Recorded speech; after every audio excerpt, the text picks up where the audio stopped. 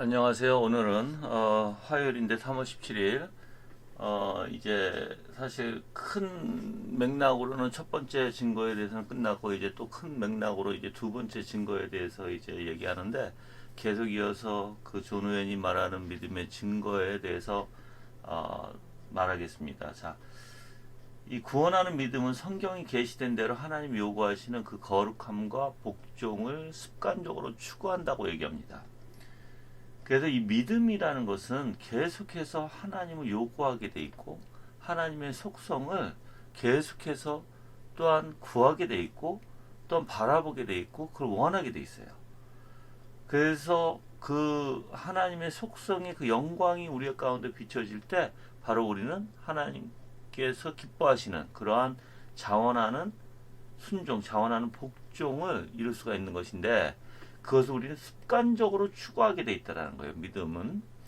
그래서 이 믿음이 신자들의 영혼과 양심 안에 역사에서 죄와 갈등과 시련과 유혹 속에서 우리들에게 힘과 위로를 제공하는 이제 두 번째 방법이 있는데, 그것은 바로 거룩함과, 아까도 얘기했듯이 거룩함과 복종을 습관적으로 추구하게 만들고요. 또한 성경에서 계시된 하나님의 뜻을 가장 기꺼이 인정하는 것이다라고 존 오웬은 얘기합니다. 그래서 어떻게 보면 이 믿음 있는 신자들이 있어야 될 것들이 있죠. 첫 번째, 이 영혼과 양심 안에서 역사하는 것이 있어야 돼. 그게 뭐냐면, 영혼과 양심 안에서 역사할 때는 뭐가 일어나요? 죄와의 갈등이 일어나요. 그리고 그러한 시련이 일어나고, 또한 유혹 속에서 우리가 시달리게 되지만, 분명히 우리는 그 하나님께서 우리에게 주시는 힘과 위로를 통해서 정말 그 하나님 거룩한 속성을 우리가 추구하게 되고, 하나님 앞에 순종하게 된다는 것입니다. 그것을 우리는 성경을 통해서 하나님의 그 계시의 뜻 안에 인정하고 따르고 그렇게 산다는 것이죠. 자, 그래서 구원하는 믿음은요, 어떤 시련을 겪든지 어떤 암울함에 처하든지 결코 포기하지 않는다는 것입니다.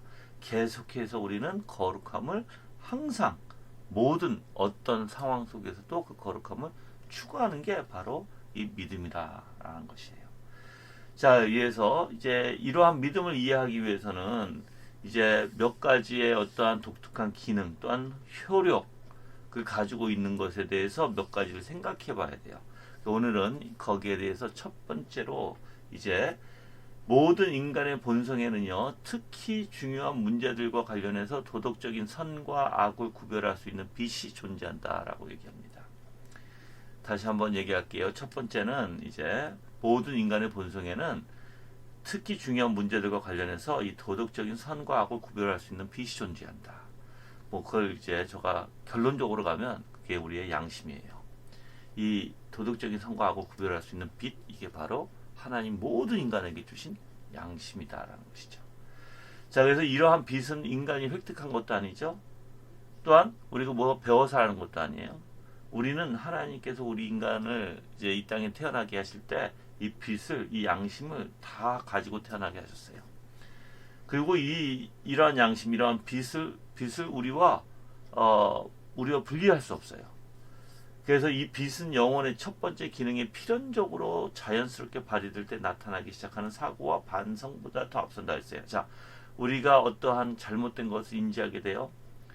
또 우리가 마음속에서 그거에 대해서 반성하기 시작해요. 근데 이것은 미리 양심이라는 것이 있기에 가능한 것이라는 거예요. 그래서 어떠한 사고와 반성보다 앞선다라고 존 오웬은 표현하는 것입니다.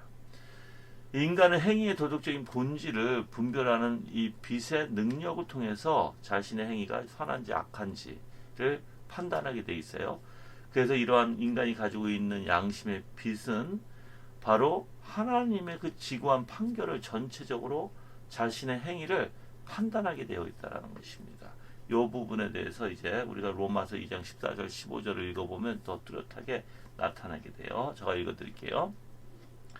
율법 없는 이방인이 본성으로 율법의 일을 행할 때에는 이 사람은 율법이 없어도 자기가 자기에게 율법이 되나니, 이런 일들은 그 양심이 증거가 되어 그 생각들이 서로 혹은 고발하며 혹은 변명하여 그 마음에 새긴 율법의 행위를 나타내느니라 라고 얘기합니다.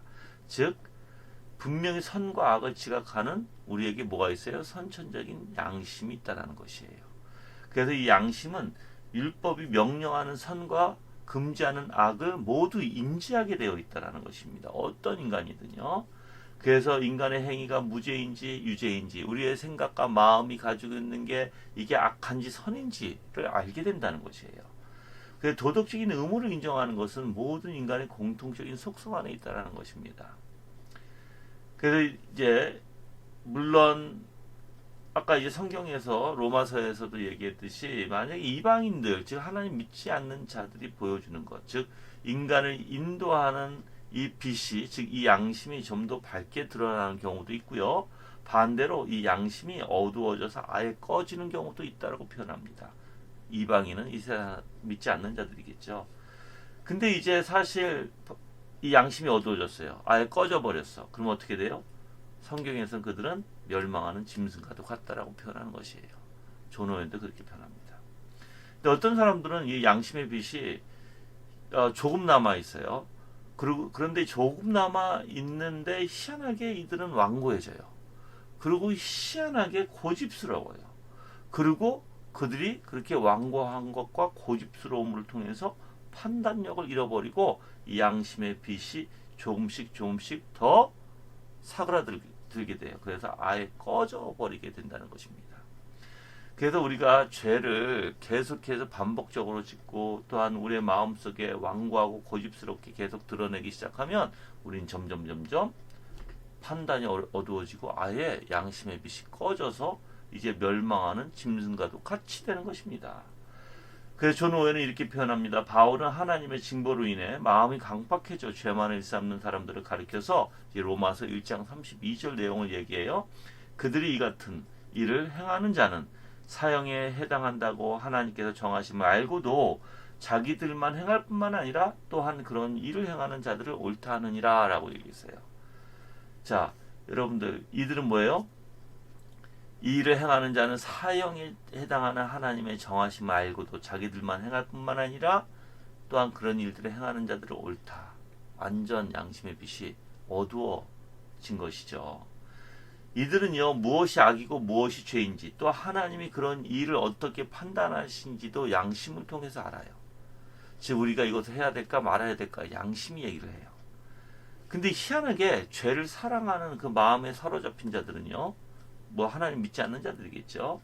이 양심의 빛과 하나님의 이 판단을 멸시해버려요. 그러니까 양심을 아예 꺼버리고 하나님께서 이건 아니다라고 하는 것을 그냥 멸시해버려요. 그리고 그것들을 어긋나는 것들, 그것에 어긋나는 것을 기뻐하고 습관적으로 이제 죄를 짓기 시작하는 것입니다.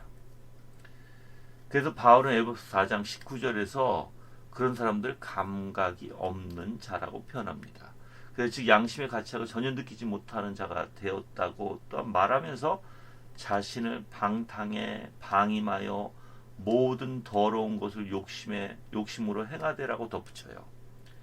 자, 양심의 가책을 전혀 느끼지 못하는 자가 되었는데 어떻게 해요? 자신을 방탕에 방임하여 모든 더러운 것에 욕심으로 행했다는 것입니다. 계속 자기 자신을 사실 방임했다는 것이에요. 그리고 자기의 욕심의 더러운 죄에 그냥 끌려 살았다는 것이에요. 계속해서 그렇게 더러운 죄에 끌려 살면 우리의 양심은 어두워지게 되어 있다는 것입니다. 오늘날 세상에는 이런 사람들이 가득하죠. 그래서 사실 이런 사람들은 하나님의 그 아름다운 거룩한 속성에 그리고 하나님의 말씀에 순종하는 것을 이상하게 봐요. 그거에 대해서 뭐 하나님 앞에 순종하는 태도, 그 거룩을 추구하는 태도, 이것과 그것들은 거리가 멀죠, 당연히. 그래서 이거 사람들 중에서 가장 악한 사람들이 사실 취하는 태도가 이제 그런 양심을 꺼버리고 분명히 선과 악을 하나님께서 분별해 주셔서 양심을 주셨음에도 불구하고 또한 오늘날의 율법을 하나님 말씀을 우리에게 주셨음에도 불구하고 그들은 하나님을 무시해버려요. 말씀에서 분명히 아니다. 내 양심에서 아니다. 했음에도 불구하고 그들은 그것을 하나님의 말씀을 멸시해버리고 내 양심에서 고소하는 것을 멸시해버려요. 점점 그러면요 이 사람들은 더 악해질 수밖에 없고 정말 이들은 양심을 잃어버린 사람들이죠. 그래서 오늘날에 희한하게 이상한 패턴이 나타나는 거 알죠. 어떤 목적을 향해서 사실 자기 양심까지도 버려버리는, 그러다 보니까 목적 지향적이 되고 자기 양심까지도 버려서 남들을 속이게 되는 거예요. 그게 신천지가 그렇죠. 그리고 많은 정치인들이 그래요. 그래서 여러분들도 마찬가지예요. 여러분들도 만약에 내가 어떤 목적으로 인해서 내가 거짓말해도 괜찮고 내가 목적 달성하기 위해서 그거는 괜찮다? 이거는 양심을 저버리는 일들이에요. 정말 하나님을 믿는 자들은 여러분들 그렇지 않습니다. 참된 믿음, 즉 구원하는 믿음은요, 거르고 추구해요.